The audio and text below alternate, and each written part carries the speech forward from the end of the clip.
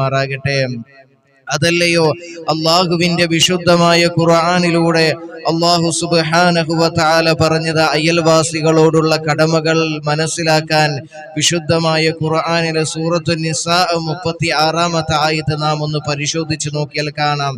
അള്ളാഹുവിനോടുള്ള കടമകൾ കഴിഞ്ഞാൽ അള്ളാഹുവിനോടുള്ള കടമകളെ കുറിച്ച് അള്ളാഹു പറഞ്ഞതിന് ശേഷം തൊട്ടടുത്ത് അള്ളാഹു സുബ്ഹാനഹു വ തആല പറഞ്ഞത് അയൽവാസികളോടുള്ള കടമകളെ കുറിച്ചാണ്, അയൽവക്ക ബന്ധത്തെ കുറിച്ചാണ് അള്ളാഹു സുബ്ഹാനഹു വ തആല വിശുദ്ധമായ ഖുർആനിലൂടെ പറഞ്ഞത്. കേട്ടോളൂ.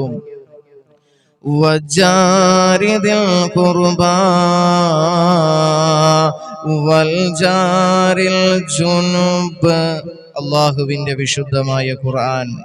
അകന്ന അയൽക്കാരോടും അടുത്ത അയൽക്കാരനോടും നിങ്ങൾ നല്ല രീതിയിൽ സഹവസിക്കണം, പെരുമാറണമെന്ന് അള്ളാഹുവിന്റെ വിശുദ്ധമായ ഖുർആൻ അവിടുന്ന് നമ്മെ പഠിപ്പിക്കുകയാം. മിനിങ്ങളെ, ഇവിടെയാണ് നാം അയൽവക്ക ബന്ധത്തിന്റെ മഹത്വം വിശുദ്ധമായ ഖുർആൻ പറഞ്ഞ കാര്യം നാം മനസ്സിലാക്കണ്ടേ.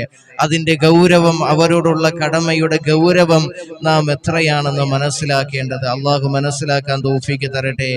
എന്നാൽ ഇന്ന് ഈ അനുഗ്രഹീതമായ ഈ വിശുദ്ധമായ ഖുർആൻ പറഞ്ഞ കാര്യങ്ങൾ ഇന്ന് അയൽവാസികളോട് കാണിക്കേണ്ട കടമകൾ ഇന്ന് എത്ര ആളുകളാണ് നിർവഹിക്കുന്നതെന്ന് ഒന്ന് ചിന്തിച്ചു നോക്കണം. പ്രിയപ്പെട്ടവരെ, നാം ഒന്ന് സ്വയമായി വിലയിരുത്തി നാം ഒന്ന് ചിന്തിച്ചു നോക്കണം. നമസ്കാരം കൊണ്ട് മാത്രം ഒരു മുഅ്മിനായ മനുഷ്യനെ സംബന്ധിച്ചിടത്തോളം സ്വർഗം കരസ്ഥമാക്കാൻ പറ്റൂല. ഇതുപോലുള്ള സാമൂഹികപരമായിട്ടുള്ള കാര്യങ്ങളും കൂടെ അവന്റെ ജീവിതത്തിൽ കൊണ്ടുവന്നാൽ മാത്രമേ അവന് സ്വർഗമെന്ന അനുഗ്രഹങ്ങളുടെ പറുദീസയായ സ്വർഗം കരസ്ഥമാക്കാൻ സാധിക്കുകയുള്ളൂ. നമ്മുടെ ഇബാദത്തുകൾ കൊണ്ട് മാത്രം നമുക്ക് സ്വർഗം കരസ്ഥമാക്കാൻ കഴിയുമെന്ന് ആർക്കെങ്കിലും ഒരു മോഹമുണ്ടോ? അങ്ങനെ സാധിക്കുമെന്ന് വിചാരിക്കുന്നുണ്ടോ? ഒരിക്കലുമില്ല. കാരണം നമ്മുടെ ഇബാദത്തുകളിലെല്ലാം പിഴവുകളുണ്ട്. അതുകൊണ്ട് ആ ഇബാദത്തുകൾ കൊണ്ട് മാത്രം നമുക്ക് സ്വർഗം കരസ്ഥമാക്കാൻ കഴിയുമെന്ന് നിങ്ങൾ ആരും വിചാരിക്കേണ്ട. ഇതുപോലുള്ള സാമൂഹികപരമായിട്ടുള്ള കാര്യങ്ങളിലും കൂടെ ഏർപ്പെട്ട് ഒരു മുഅ്മിനായ മനുഷ്യനെ സംബന്ധിച്ചിടത്തോളം അവന് ഉത്തരവാദിത്തമുണ്ട്. അത് നിർവഹിക്കാത്തിടത്തോളം കാലം എത്രമാത്രം ഇബാദത്ത് ചെയ്തിട്ടും കാര്യമില്ല.